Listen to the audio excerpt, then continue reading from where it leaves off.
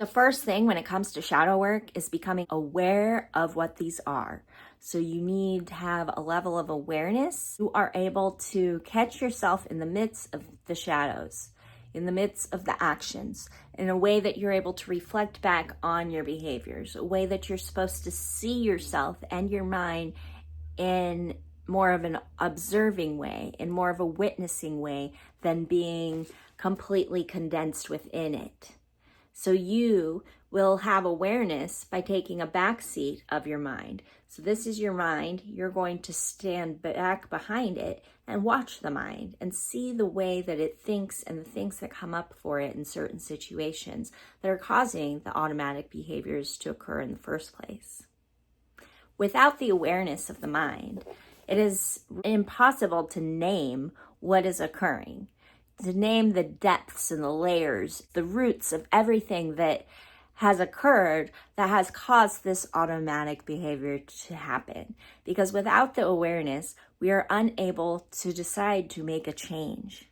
By taking the backseat of your mind, you're able to become a witness to your thoughts and be able to create a separation so that you're not so ingrained. You're able to witness your thoughts and the imprints on the body that also cause the behavior, because the mind and the body are connected. So things that have happened to us happen to the mind and the body, even if it only feels like it was the mind or just the body. It's all interconnected. When you're able to take a backseat to your mind, you're able to also become aware of how you're actually feeling in your body and become aware of the reality in which you're living in. Once you have the awareness piece done of what this is, what this pattern is, what this shadow is, and you can really figure out what these are too by these repetitive situations that happen to you, by repetitive things that happen to you that are negative for you, that just keep happening. If you think thoughts of like, my life is like this, or this always happens to me,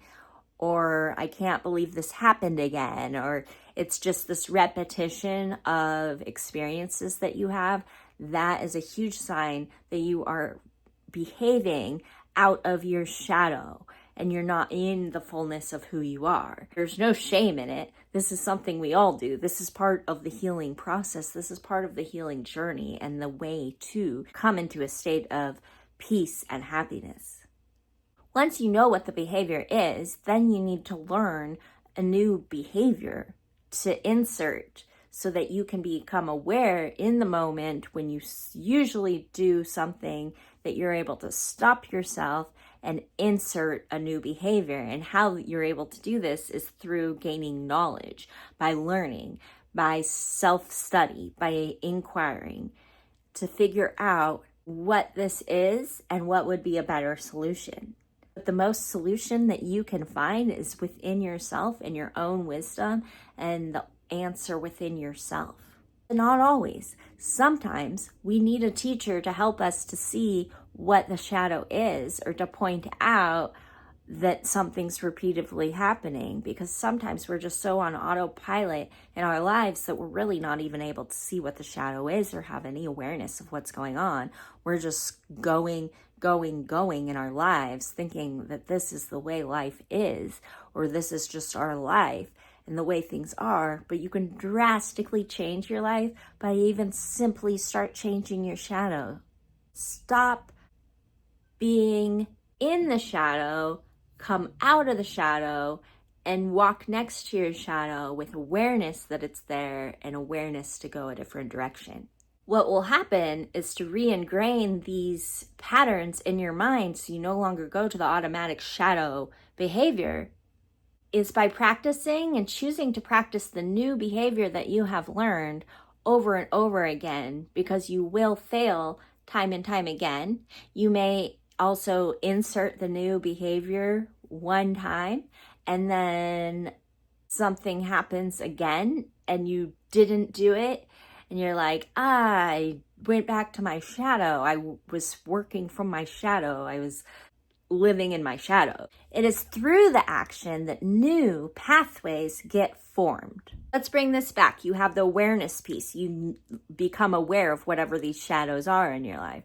then you gain knowledge of new ways to behave instead of through your shadow and how your shadow has been on autopilot, automatic reactive mode. Then you incorporate this new action, this new piece of behavior change that is an action. It needs to be done through an action. So when you're faced with your shadow, in which you will be, especially once you start doing shadow work, you will be faced with it as an opportunity for growth. New pathways get formed in the mind through behavior changes and through thought changes. Walking, instead, you will walk side by side your shadow, then you will walk through your shadow and surpass. So first you will walk next to your shadow, and then you'll walk through your shadow. You're really leaving a lot out for yourself, a lot of joy in your life, a lot of things that you could experience differently and thrive in this world differently, because your shadow simply is something that's holding you back. It's not even the reality of today, but you're still functioning in the past. There's nothing wrong with you. This is all normal, but until we become aware of what we're doing, we're not able to then learn a new way and then act in a new way.